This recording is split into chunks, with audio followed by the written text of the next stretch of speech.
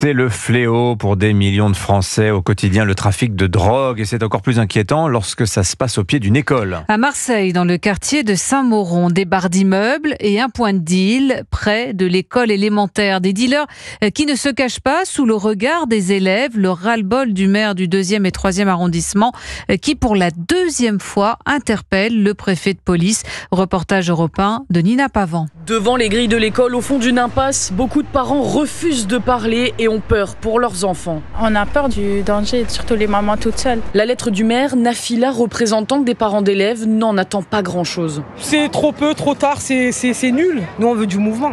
On ne veut pas de lettres, on s'en fout des lettres. Pour le maire de secteur socialiste, Anthony Crémeyer, il y a urgence. Les guetteurs prennent à partie les parents à la sortie de l'école et pourrissent la vie des habitants. Les parents d'élèves et le corps enseignant est confronté au quotidien, comme les habitants, à ce point de deal. C'est une situation qui dure depuis quelque temps. Mais depuis des mois, les forces de police demandent à l'édile de faire installer une caméra de vidéosurveillance, soulève Bruno Bartosetti du syndicat Unité pour la zone sud. Oui, les caméras vidéo doivent prendre leur place dans des endroits sensibles d'une ville. Ça peut vraiment, au-delà bien sûr de la présence policière, dissuader les trafiquants de s'installer dans certains quartiers. Depuis le début de l'année, 26 personnes ont été interpellées dans le quartier, précise la préfecture de police. Une réunion publique doit se tenir aujourd'hui pour évoquer des solutions concrètes pour lutter contre le trafic de drogue.